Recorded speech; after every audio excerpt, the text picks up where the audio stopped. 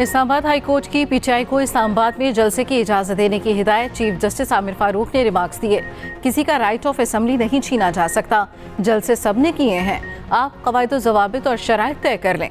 सरकारी वकील ने कहा, गुज़श्ता रोज़ भी दहशतगर्दी का वाक़या हुआ, मुझे हिदायत लेने का वक्त दे दें। चीफ जस्टिस आमिर फारूक ने रिमार्क्स दिए, जिंदगी नहीं रुकती, चलती ही रहती है, हमने इसी तरह दहशतगर्दी का खात्मा करना है। मैं आपकी रजामंदी नहीं मांग रहा, फैसला मैंने करना है।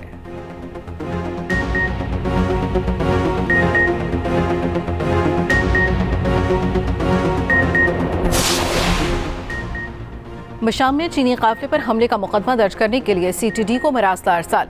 मरासले में कहा गया कि 12 गाड़ियों का चीनी काफिला फुल प्रूफ सिक्योरिटी में कोहिस्तान जा रहा था। रास्ते में खुदकुश बमबार ने बारूद से भरी गाड़ी कोस्टर से टकरा दी। धमाके से कोस्टर में आग लग गई और गहरी खाई में जा गिरी। कोस्टर में बैठे 5 चीनी बाशिंदों समेत 6 अफराद हलाक हुए।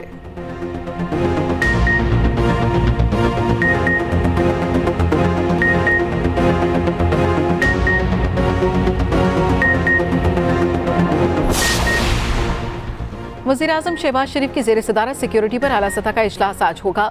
मुल्क भर में अमन अमान और सिक्योरिटी सूरत हाल का जायजा लिया जाएगा।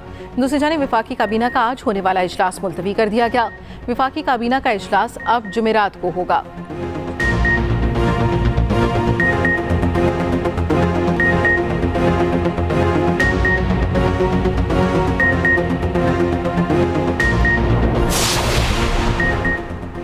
जमीयत उलमा इस्लाम का ज़िमनी इलेक्शन का बायकॉट। मौलाना फजल रहमान कहते हैं, हमारा कोई रुकन ज़िमनी इलेक्शन में हिस्सा नहीं लेगा। आम इंतखाबात की तरह ज़िमनी इलेक्शन में भी इंसाफ की तवक्को नहीं।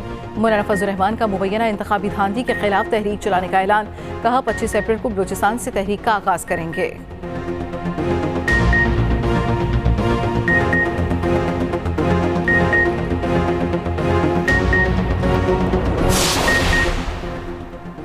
अदालती अमूर में एग्जेक्टिव और एजेंसियों की मुदाखलत का इल्जाम। इस्लामाबाद हाई कोर्ट के 6 जजेस का सुप्रीम जुडिशल काउंसिल को खत में कहा गया, इस्लामाबाद हाई कोर्ट के एक जज के करीबी रिश्तेदार को 24 घंटे के लिए अगवा किया गया।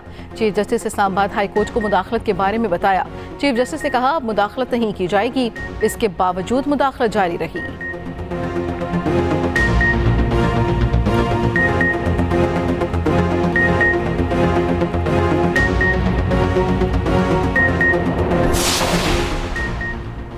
सेशन कोर्ट इस्लामाबाद में इद्दत केस के फैसले के खिलाफ अपील पर समा। डिस्ट्रिक्ट एंड सेशन जज शाहरुख अर्जमंद की रुख्सत के बायस कार्रवाई न हो सकी। अदालत ने केस की समाअत 6 अप्रैल तक मुलतवी कर दी।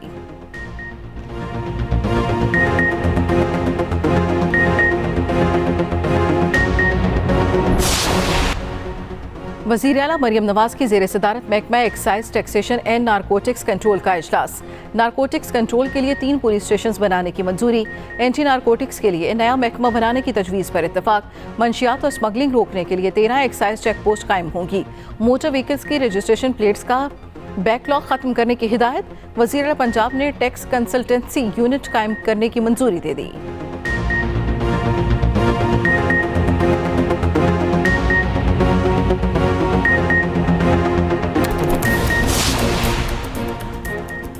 सिंध के सीनियर वज़ीर शर्जील मेमन का सिविक सेंटर कराची में एक्साइज एंड टैक्सेशन ऑफिस का दौरा।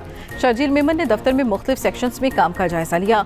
शर्जील मेमन ने कहा, सिंध हुकूमत इंतजामी चैलेंजेस से निपटने और अवामी खिदमत बेहतर बनाने के लिए फ़ाल है। तमाम शहरियों की बेहतर खिदमत के लिए ज़रूरी इस्लाहात तरजीह हैं।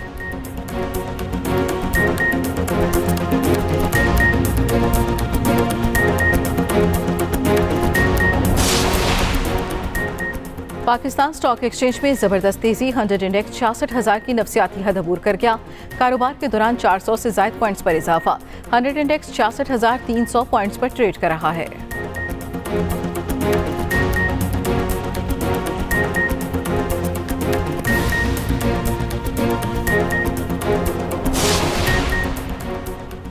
ताकतवर सिस्टम बादल बरसाने को तैयार।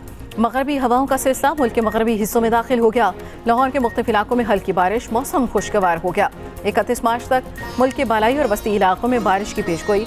29 और 30 मार्च को बालाई केपी, मरी, गिलियात, कश्मीर और जीबी में लैंडस्लाइडिंग का खदशा। आंधी, जलाभारी और तेज बारिश के बायस खड़ी फसलों और कमजोर इंफ्रास्ट्रक्चर को नुकसान का अंदेशा।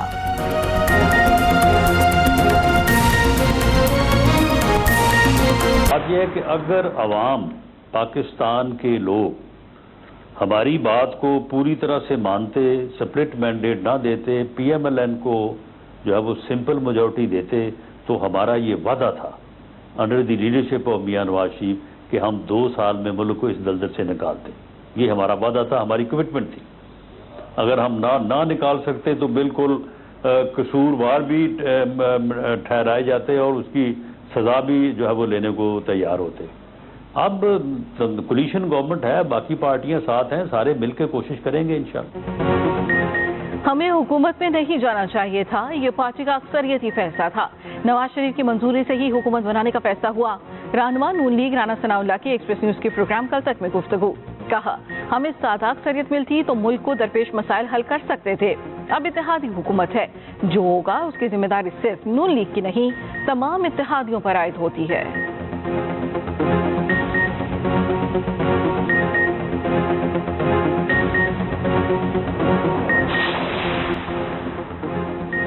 बानी PTI का डोनाल्ड लू के बयान पर दोबारा इंक्वायरी का मुतालबा। अडियाला जेल में गुफ्तगू करते हुए कहा, अमरीकी सफीर मिलने जेल नहीं आए, अमरीकी सफीर से मुलाकात हुई तो डोनाल्ड लू के बयान पर बात करूंगा। अमरीकी सफारतखाने के किरदार पर भी बात की जाएगी। उधर बानी PTI से मुलाकात के बाद गुफ्तगू करते हुए बैरिस्टर गौहर ने कहा, पंजाब में पार्लिमानी लीडर मियां असलम इकबाल होंगे। पंजाब से सेनेट में हमारे उम्मीदवार जुल्फी बुखारी हैं। ज़िमनी इंतखाबात में PTI जलसों का इनेकाद करेगी।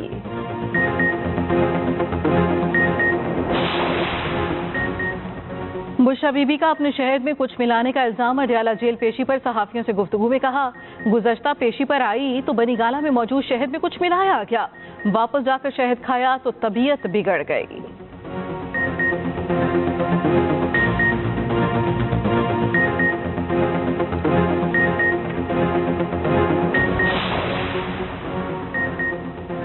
अपैलेट ट्राइब्यूनल ने परवेज इलाही और मोनस इलाही के कागजात मंजूर करके हल्का PP 32 से इंतखाबात लड़ने की इजाजत। Lahore high court appellate tribunal ने फैसला सुना दिया, मोनस इलाही के कागजात भी मंजूर। चौधरी शुजात की हमशीरा सुमेरा अली और रेहाना अब्बास को भी इलेक्शन लड़ने की इजाजत। रेहाना अब्बास की बेटी को भी इलेक्शन में उतरने की इजाजत।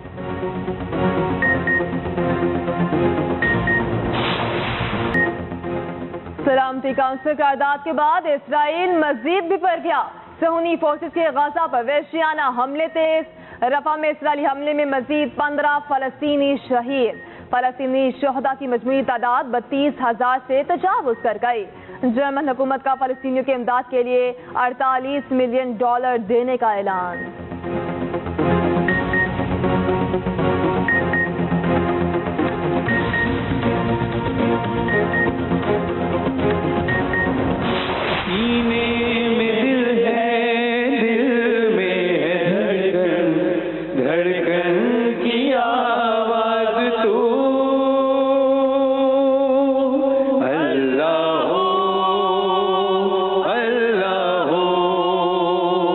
समझता हूँ कि एक मुसलमान हो गैरती ना हो कैसे हो सकता है, एक मुसलमान हो सखी ना हो कैसे हो सकता है, एक मुसलमान हो और इमाम हसन को मानता हो और बुर्दबार ना हो, और एक मुसलमान हो इमाम हुसैन को मानता हो और उसके अंदर जुर्रत ना हो, गैरत ना हो, हया ना हो, कैसे मुमकिन हो। भर दो झोली मेरी या मोहम्मद, भर दो झोली मेरी या मोहम्मद, लौट कर मैं न जाऊंगा खाली।